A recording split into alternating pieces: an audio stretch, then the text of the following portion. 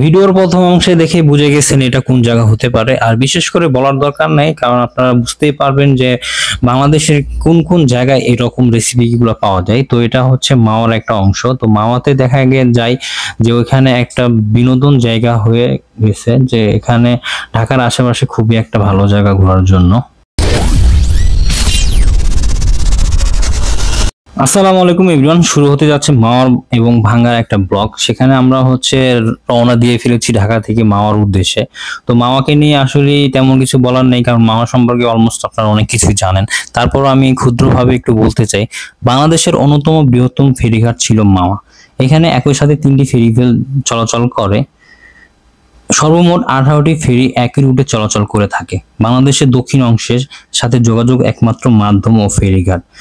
পদ্মা সেতু হওয়ার আগে মাওয়া ঘাট দিয়েই মানুষ যাতায়াত করত শরীয়তপুরের দিকে এবং বরিশালের দিকে। তো দেখা গেছে যে ঢাকা থেকে মাওয়ার দূরত্ব প্রায় 35 কিলোমিটারের মতো। তো এখানে আসলে রাতের বেলা মানুষ ঘোরার জন্য বেছে নিয়েছে, কারণ এখানে গেলে সুন্দর একটি পরিবেশ পাওয়া যায়, সাথে ইলিশ মাছ পাওয়া যায় এবং একটু নদীর পাড়ে সময় কাটানোর জন্য বেস্ট একটা জায়গা হতে পারে। সো আজকে আমি বাইক নিয়ে বের হয়েছি।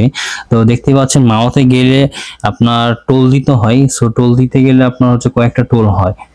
এখানে বঙ্গবন্ধু টোল এখানে 30 টাকা করে দিতে হয়। সো এখান থেকে আমরা রওনা দিলাম।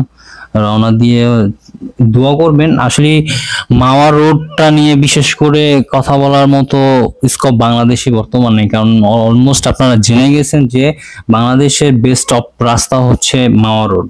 মাওয়া রোডের রাস্তাগুলো এমন ভাবে নির্মাণ করা হয়েছে যে মন কাড়ার মতো। এই জন্য এই ব্লগে বেশিরভাগ সময়টা আমার রাস্তাঘাটকে নিয়েই, কারণ রাস্তাঘাটের লাইটিং গুলো দেখতে পাচ্ছেন জোস, একদম মানে ইউরোপ কান্ট্রির মতো ন্যাচারাল। কিন্তু যারা অতি মানে ভয়াবহ গাড়ি চালায় তারা আসলে একটু নিরাপদে চলাচল করা ভালো, কারণ মাওয়াতে প্রচুর পরিমাণে অ্যাক্সিডেন্ট হয়। এই পর্যন্ত অনেক হয়েছে এবং লাস্ট আমিও অ্যাক্সিডেন্ট করেছিলাম। আর অ্যাক্সিডেন্ট করার পর থেকে মাওয়ার প্রতি আসলে এরকম টান ছিল না। তারপরও মাওয়া এমন একটা জায়গা, ঢাকার আশেপাশে, তো যদি আপনি একটু বিনোদন করতে চান বা একটা সুন্দর মুহূর্ত কাটাতে চান তাহলে মাওয়া বেস্ট।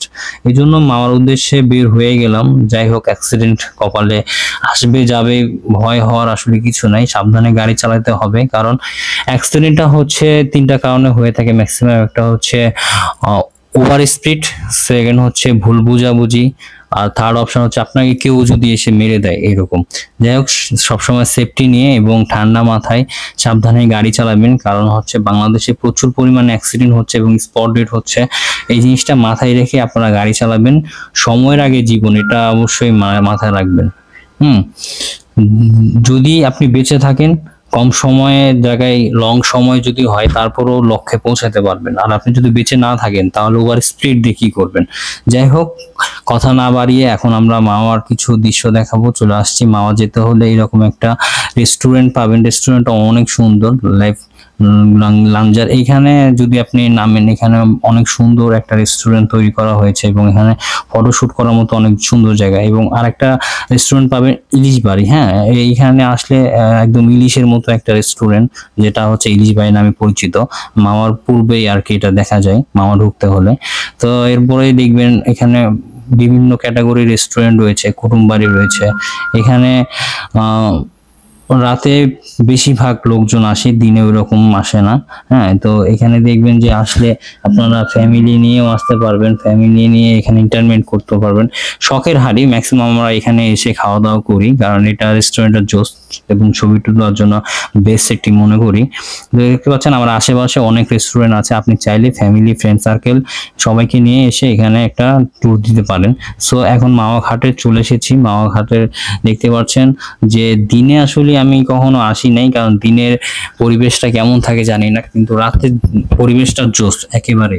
কারণ দেখতে পাচ্ছেন এখানে বাচ্চাদের খেলার জন্য সুব্যবস্থা রয়েছে এবং প্রত্যেকটা স্পটেই দেখবেন যে কম বেশি খেলনা সামগ্রী জিনিস, খাবার সামগ্রী জিনিসের দোকান থাকে। তো এখানে আসলে ওই রকমই, অন্য স্পটের তুলনায় কম না। এখানে দেখবেন যে বাচ্চাদের জন্য এবং আপনার শখের জন্য অনেক জিনিসপত্র পাওয়া যায়। চাইলে আপনি এখান থেকে অনেক কিছু কেনাকাটা করতে পারেন। সো এখানে কিন্তু ম্যাক্সিমাম যারা বাইক চালায় তারাই এখানে আসে। অন্যান্য গাড়ি নিয়েও আসে, যারা ফ্যামিলি নিয়ে আসে তারা হচ্ছে প্রাইভেট কার বা অন্যান্য ক্যাটাগরি। তো এখানে দেখতে পাচ্ছেন যে ইলিশ কিনে ইলিশ ইনস্ট্যান্ট ভেজে দেওয়া হয়, এবং এখানে বেগুন ভাজা থেকে শুরু করে কয়েকটা সবজিও পাওয়া যায়। তো যারা এখনো ইলিশ খান নাই বা খেতে চান তাহলে মাওয়া চাঁদপুর যেতে পারেন।